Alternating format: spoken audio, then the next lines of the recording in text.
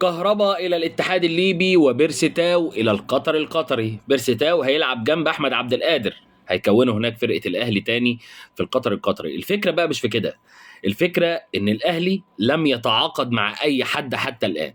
تمام، عمال تمشي حد وتمشي التاني وتمشي التالت، ده غير الاصابات، غير يحيى عطيه الله اتصاب، واشرف داري اللي لسه راجع من الاصابه اتصاب تاني بالخلفيه وهيقعد له حوالي اسبوع او اتنين. اشرف داري من 6 اسابيع لشهرين، يعني قول شهرين عبال ما يرجع. طب انت بتمشي اللعيبه، هل جبت حد؟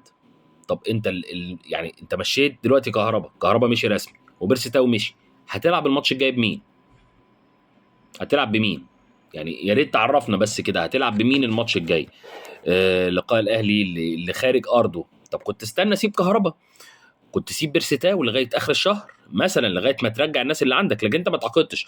ويوم ما تعاقدت على حد وقلت انا فعلا اتعاقدت، جيت قلت لا اصل لما الخبر نزل على السوشيال ميديا انا ما لحقتش اجيب، او الفرقه التانية غلت السعر عشان عرفوا ومش عارف ايه فغلوا السعر، فانا الصفقه الكبيره اللي كنت محضرها لا ما عرفتش هعملها. ايه العمل دلوقتي؟ انت مشيت كهربا رسمي، بيرسيتاو طبعا استغناء رسمي وخلاص، بيرسيتاو بره، لكن كهربا اعاره 6 شهور للاتحاد الليبي. كهربا انت هتكسب منه، كهربا هياخد 800 الف دولار وفي 600 او 900 للنادي الاهلي، لسه البيانات او ما اتعرفتش يعني.